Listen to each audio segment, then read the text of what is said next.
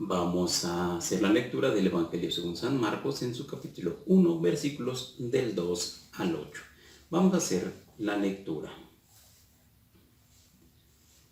Conforme está escrito en Isaías el profeta: Mira, envío mi mensajero delante de ti, el que ha de preparar tu camino. Voz del que clama en el desierto: preparen el camino del Señor, enderecen sus sendas. Apareció Juan bautizando en el desierto, proclamando un bautismo de conversión para perdón de los pecados. Acudía a él gente de toda región de Judea y todos los de Jerusalén, y eran bautizados por él en el río Jordán, confesando sus pecados. Juan llevaba un vestido de piel de camello y se alimentaba de langostas y de miel silvestre, y proclamaba: Detrás de mí viene el que es más fuerte que yo, y no soy digno de desatarle, inclinándome, la correa de sus sandalias. Yo les he bautizado con agua, pero él les bautizará con Espíritu Santo. Ya hemos hecho esta lectura. Vamos ahora a analizar un poquito acerca de este texto. Bien, vamos a tener una pequeña actividad de buscar y leer 3 citas bíblicas que sostienen este relato. Vámonos a Éxodo 23:20, Malaquías 3:1 e Isaías 40:3. Son 3 citas que vamos a buscarlas, entonces pueden pausarle el video, buscarlas y continuar con esto.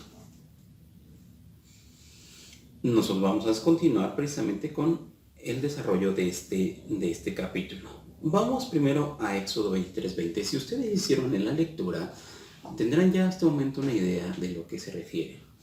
¿De qué nos habla? En cuanto tal, en el fondo nos habla de la liberación de la esclavitud del pueblo de Israel en Egipto.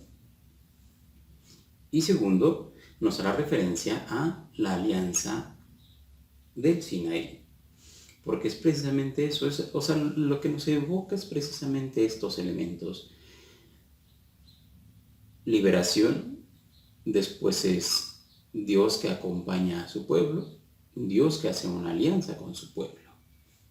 Entonces, a lo largo de esta travesía en el desierto, Dios irá enamorando a su pueblo.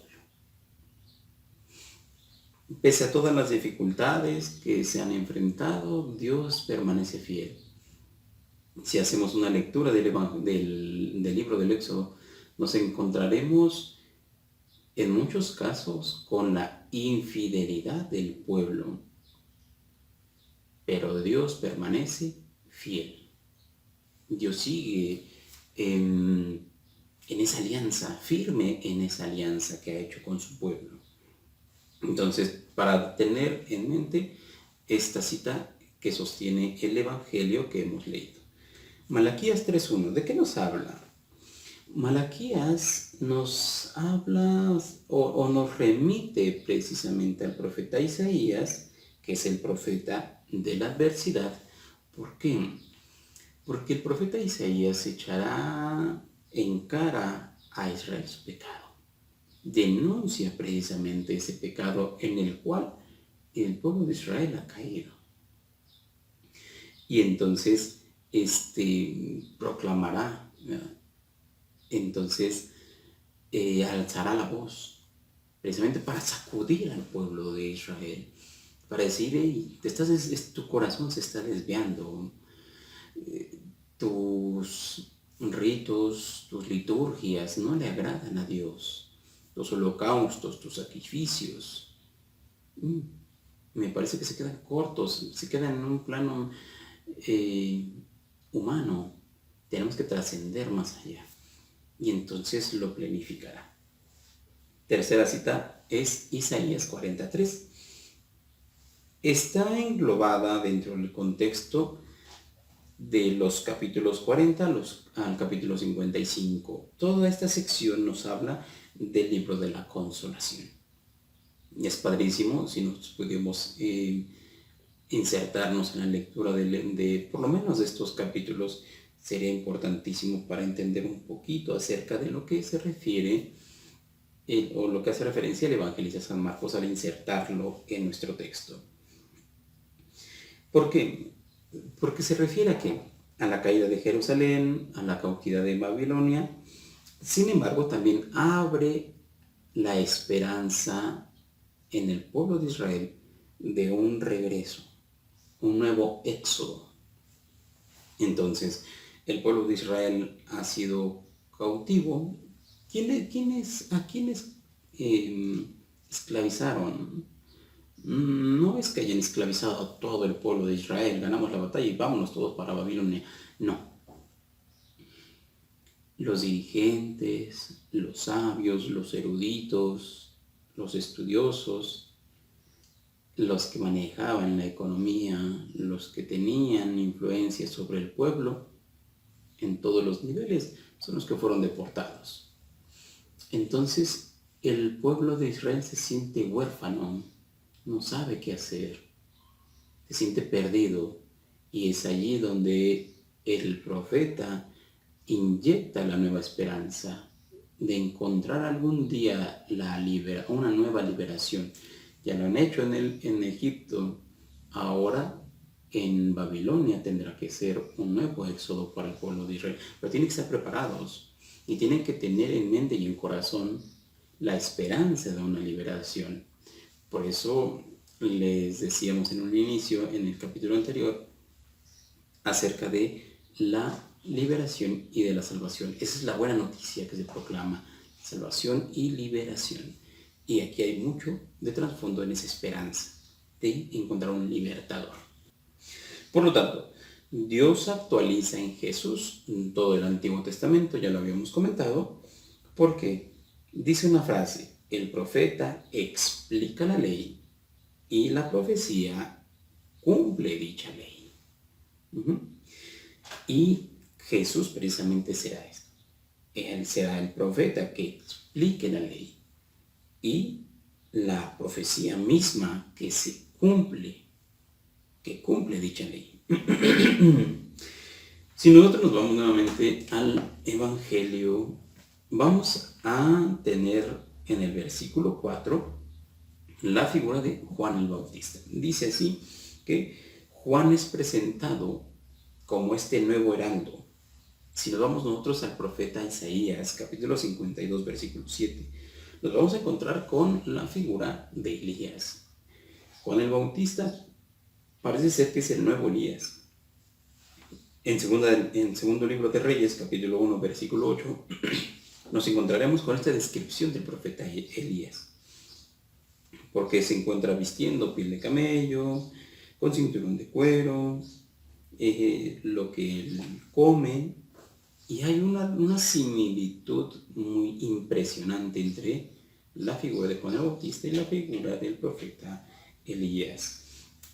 Entonces, el profeta Elías nos ayuda a entender que es el anunciador del juicio de Dios sobre el Carmelo. O sea, tiene esa misión, una misión muy concreta. Anuncia, como se entendía tal vez en el Antiguo Testamento, ese juicio de Dios.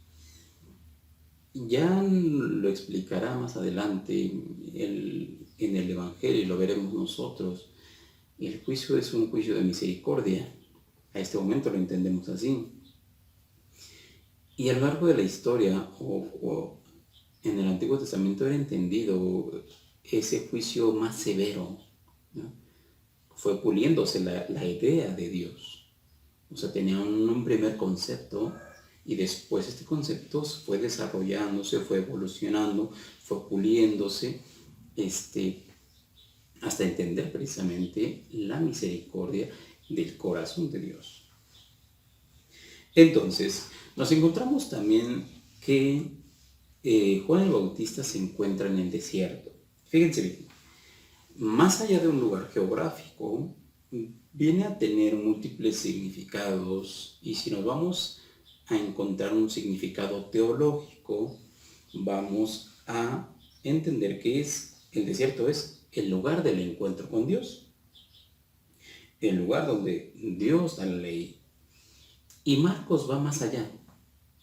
Marcos entiende el desierto como la preparación. ¿Para qué? El aprendizaje de la libertad.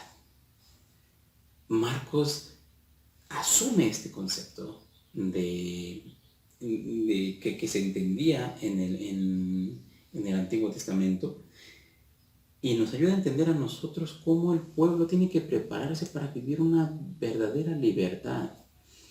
Porque en muchas ocasiones no estamos acostumbrados a vivir la libertad, a asumir la libertad. Nos dejamos llevar por una cosa, por una cuestión, y caemos en un libertinaje, ¿no? Muchas personas en la actualidad se jactan de tener mente abierta. Algunos que se jactan de tener mente abierta, tan abierta hasta que las ideas se les han escapado, que la razón se ha salido por allí. No, hay que educarse en la libertad y tener los límites precisamente de la razón, donde se encuentran, ¿verdad? Y buscar siempre eso. Es ahí donde también Dios enamora a su pueblo. Dios se encarga precisamente de acompañarlo, de estar con él, de protegerlo, de alimentarlo, de instruirlo, de mandar a sus profetas, de mandar a la gente que los ayudará, que los acompañará en nombre de la, más adelante le dará a los reyes, etc. Dios está allí, Dios permanece fiel y Dios está con su pueblo. Bien, hasta aquí este breve análisis de este pasaje. Vamos al siguiente.